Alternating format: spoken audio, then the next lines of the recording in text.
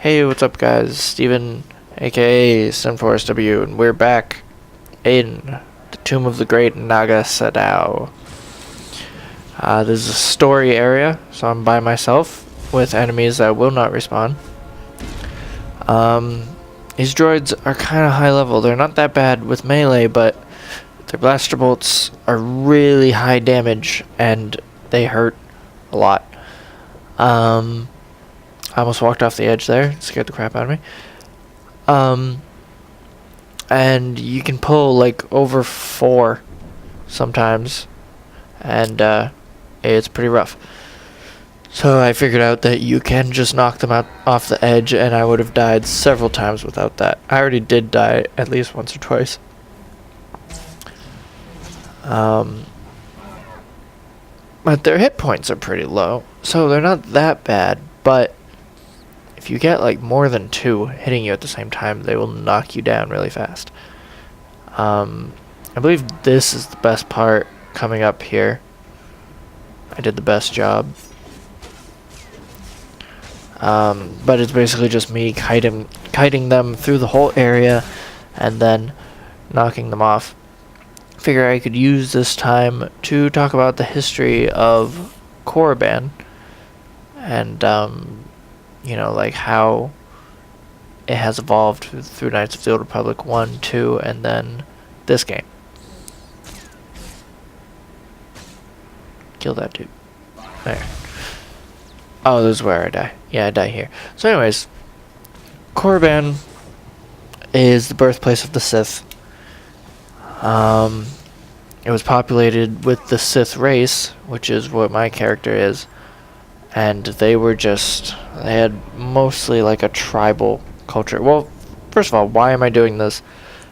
Because, like, I'm here to tell you guys about the game and show you the game, but it's not just the game, because that's pretty easy. I would also like to populate these videos with, like, other more interesting commentary about, you know, like, the history of the Old Republic and whatnot, because I feel like the Old Republic is the next generation's Star Wars. Everyone has their own Star Wars, and we'll get into this in a later video, but I feel like this game is going to take over what many people consider what Star Wars is, and the Old Republic timeline, that area of time that this game is set in, will become the Star Wars that many people know as like what used to be the original trilogy for them. So yeah, this is the best part right here. This is so awesome. So, ancient Sith were basically like a tribal culture. They were very ancient, very basic. When dark Jedi, or I don't even know if the Jedi were around at this point yet, but Force users that concentrated on the dark side of the Force, they let's see. I guess they were banished or exiled to Korriban, but they all sort of like joined up in Korriban, and then the ancient Sith worshipped these outlanders as gods. And then that became the Sith, not as the race, but as the organization of Darksiders. So, Korriban is first playable in Knights of the Old Republic, first one, made by BioWare, who is the obvious developer of the Old Republic, this game right here. And Korriban is one of the optional planets you can visit there. In that game, you play Revan, but you don't know you're Revan because he lost his memory because the Jedi wiped his memory.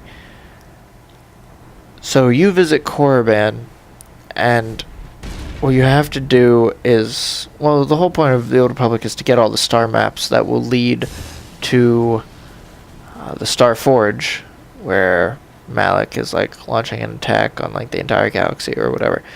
These star maps are located on different planets and different like very hard to find places. I believe One of them was in the tomb of Tulak Horde or Naga Sadow. I don't know which one, but there was a star map in one of the tombs.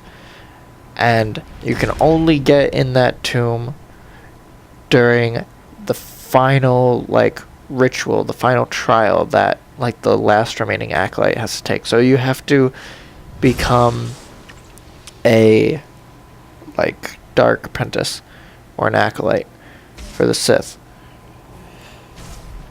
Because it has, like, the light side, dark side choices, you can either lie and just, like, stay in disguise, or you can embrace it and actually, like, take all the dark side teachings to heart.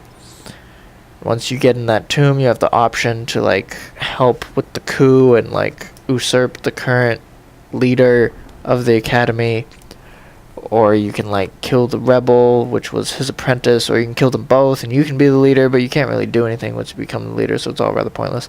But the tombs were rather small there, but it was cool. You could explore the Valley of the Dark Lords. You could, like, dig in, like, the archaeological sites for different things, and the actual site that you're digging on it's just, like, sand everywhere. But in this game, the Old Republic, I noticed that it is actually exposed, and that's where the tomb of Agenta Paul is. Even though I believe that tomb was in a different location in Knights of the Old Republic, they decided to put it under the sand, where eventually they dug it up and found the entrance. Here I'm putting all the rods that we collected in the last video on their altars, and I'm gonna go on the altar of agony, the shrine of agony, and this part is pretty awesome, so I'm just gonna be quiet during it so you can see its awesomeness.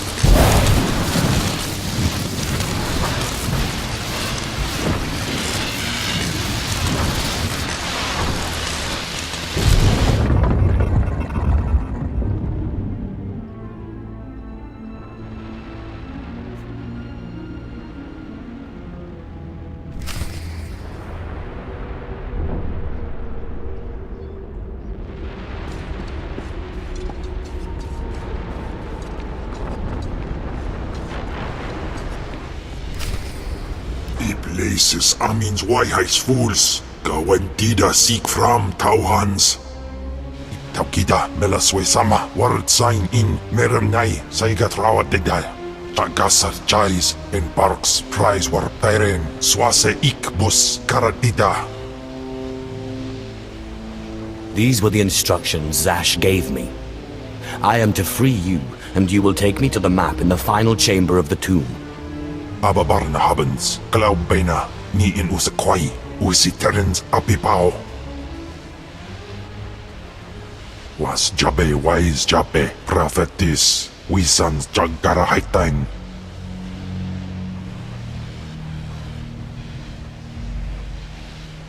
I hate to be the one to break it to you, but Tulak Horde is dead.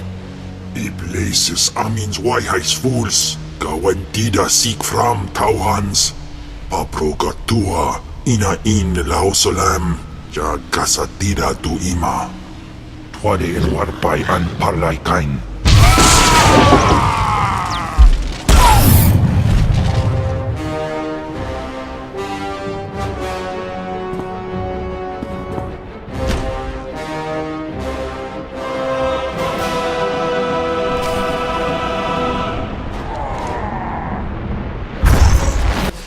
So this is a pretty cool fight here. I don't know if it's custom made or if I just happen to be at the perfect level, but I'm basically hurting him at exactly the same rate he's hurting me, but you don't actually kill him, so it works out quite well. This is still early on, and my cooldowns don't last very long, my effects aren't that powerful, so I actually end up having to resort to the lightsaber attacks, which later on in the game, you I got to like level 15 before the beta ended, You never even use those past like level 12. Because your force powers are just so... Ni ok panai, name in maidens. Ipsik erpai kudana, jaus erpai rojandan, in bise wistai. In bizoze waitai spila presen kretai, in bise ewanata atragata injais. I am your master. Get used to it. Sisunja, dargi skolan. Okay, so just got the companion. They basically work just like they do in Knights of the Old Republic or Mass Effect. There's different abilities and stances that you can toggle. This one's Shadow Killer that basically generates a ton of aggro, so he'll tank. The other one is just a regular attack one, which will... I don't even know. It like, I don't know, it's just like regular attacking, but the cooldowns are 25% lower, which I guess is good because he's got some different abilities. The main useful one, which he uses all his abilities regularly when the cooldowns are over, it's called Taunt, and if something's attacking you, he will select that target and like hit Taunt, and then it will attack him for 6 seconds. But if I just keep him in the tanking stance, because he'll like tank one character and then he'll taunt another one off of you, so I'll have like 2 on him for 6 seconds and then that cooldown will end. So anyways, you got that. So this doesn't, the timing of this animation is kind of crap, but you get the point. So continuing on with what I was saying, Knights of the Old Republic, the tombs were kind of small, like they were big, but like you could go into one of them, and like when you tried to get the treasures off like a Gentipal's body, his like ghostly form appeared and you had to like attack him, and he was delusional. He thought it was still like Lord of the Sith or whatever. So that was cool. In KOTOR 2, obviously the game had a lot of budgetary and monetary restrictions on it, so I'm sure a lot got cut out, but you couldn't even go in any of the tombs. They were all collapsed and closed in, and it was really just a rip-off. It was mostly caves where you found different Terentateks, and you learned about the Great Hunt and how the last 3 Jedi that were participating in the Great Hunt ended up failing because 2 of them fall in love and then the other one went off on their own, and it was basically just all, it just all went to hell. And then you go in the academy for a little bit and you face Darth Sion. It's really like maybe 3 hours on Korriban in Knights of the Old Republic 2, whereas Knights of the Old Republic 1 was like 10 plus hours. This game is like the complete realization of Korriban. Although in KOTOR 1 it had like a regular spaceport with like a cantina and just regular people living there. It was just like a regular planet. It wasn't like super Sith based. There's none of that here. It's just the Valley of the Dark Lords, but the academy is much cleaner and it's completely built.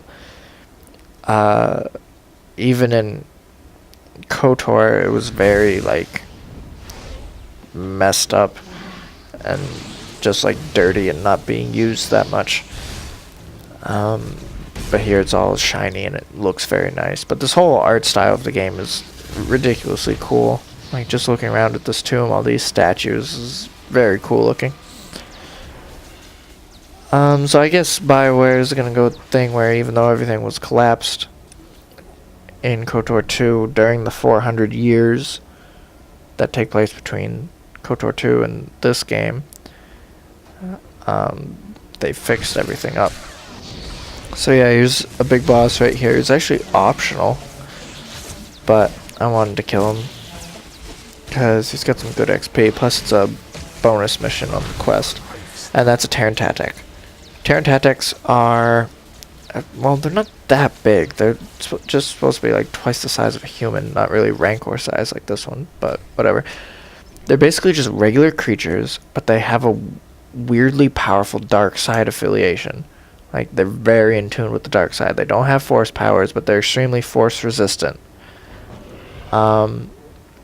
and they like to feed on the Force, so they're always found in massive concentrations of dark side energy, usually tombs. Usually found in pairs, which is weird. There was only one here, but I don't know. But they love to feed on the Force, so like they attack Jedi and Sith. There was something called the Great Hunt, which I mentioned earlier, in the KOTOR universe, where Jedi set out to exterminate all the Terentatek because they're like evil creatures. And it got to the point where the Jedi couldn't spare any more people for this mission, and it wasn't that big of a priority once like the Mandalorians and the Sith started attacking. And so just 3 Jedi were focused on completing it. And there's actually a dude in the Jedi Temple on Dantooine, where every time you kill like a Terentatek, you come back to him and he'll give you a reward. So we actually failed this fight first 2 times. The second time I get even closer and I cut that time out. But once the companion falls and he starts attacking me, it's basically over. But the third time we got it. I don't know how, but we did. I'm saying we like it's me and my companion. But anyways, so the Great Hunt was just 3 Jedi left. I think it was 2 guys and a girl, and one of the guys fell in love with the girl, and like she fell in love with him. You know, Jedi aren't supposed to do that, so they kind of like forsaked. They like stopped being Jedi, and I think they stopped the hunt, and then the other one tried to go off on his own to like show that he doesn't need them, but then he died, and I think the Terentatek found the other 2 and killed them as well, because they were like weak from love or whatever. So yeah, Korriban is, I think, my favorite planet in Star Wars, just because I love the Sith so much, and it is very fleshed out and very awesome in this game. The art style of it is beautiful, and it's been an absolute joy to explore. And the reason I'm saying that is because we're wrapping up KOTOR. We're wrapping up Korriban here, where this is the starting planet, and then from here we're gonna move on to the like Sith homeworld planet, and then from there I think eventually maybe level 15 or 20 you get a spaceship, and then you can go wherever planet you want. Then the galaxy's been open to you and it's free, but you got to do this planet and then the next one. So we've been stuck here for now, but it's been a joy to just explore and see how things have changed from KOTOR, and it's, you know, the Sith are thriving now and the academy is all clean and beautiful, and it's really cool. So, you know, that's a bit of history on Korriban. If you want to know any more information, I highly suggest going to the Star Wars Wikipedia page, or not the Wikipedia page, the Star Wars Wikipedia, because you just like type in Korriban and there will be one page that's like a huge page that just aggregates all the information on Korriban from everything, all the books, video games, comic books. Everything is just all in one place, and you get all your information there, and I usually just read through entire pages there. So yeah, I'm hoping to give you guys not only an insight into the game, but also the Old Republic universe in general, because it's my favorite time frame. Like, I think the stories you have in Knights of the Old Republic and this game make the stories in the movies look like absolute crap. Not trying to start a flame war here or anything. I just think that they're more creative and more interesting. But that's another video. I can go into that later as well. So here's the star map, our final objective. I don't really know what to click on because everything looks transparent blue because of the map, but it's this thing right here. So we're going to pick that up and we're going to go back to Harkin, and there's a really cool cinematic part that we're gonna watch.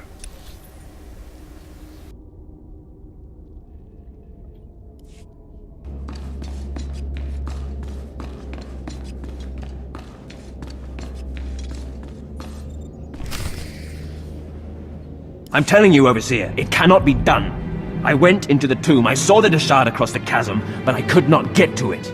But the map! The map! Lord Zash is adamant she will not take an apprentice without the map! I'm telling you, Lord Zash wants the impossible. No one is ever going to get that map! You don't mean this map, do you? The map! And the Dashade! Get that monster out of here this instant! And give me the map! No, it's not possible. You wretch, you filth, you must have cheated somehow. How did you do it? How did you release the monster? Sai galut saira, iswis us ulf bandan, ja atnam, in puidangarja. Right. You must have cheated. You must have. You'll pay for this! Fawn, patience. You will have your chance at this whelp, after you personally deliver this map to Lord Zash.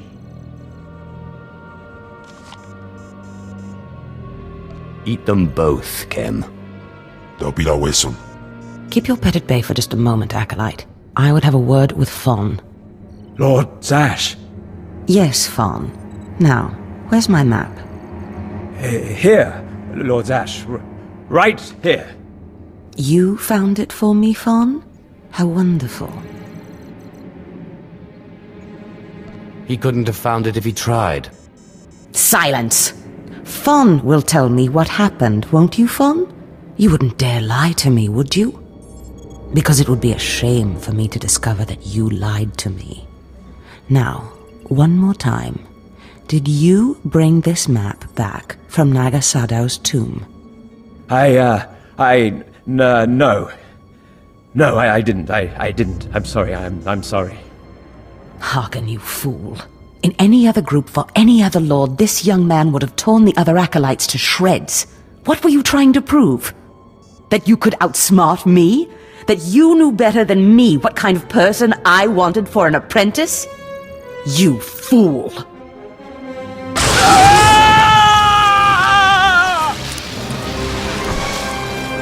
There's your pet, Harkin. Clean this mess up.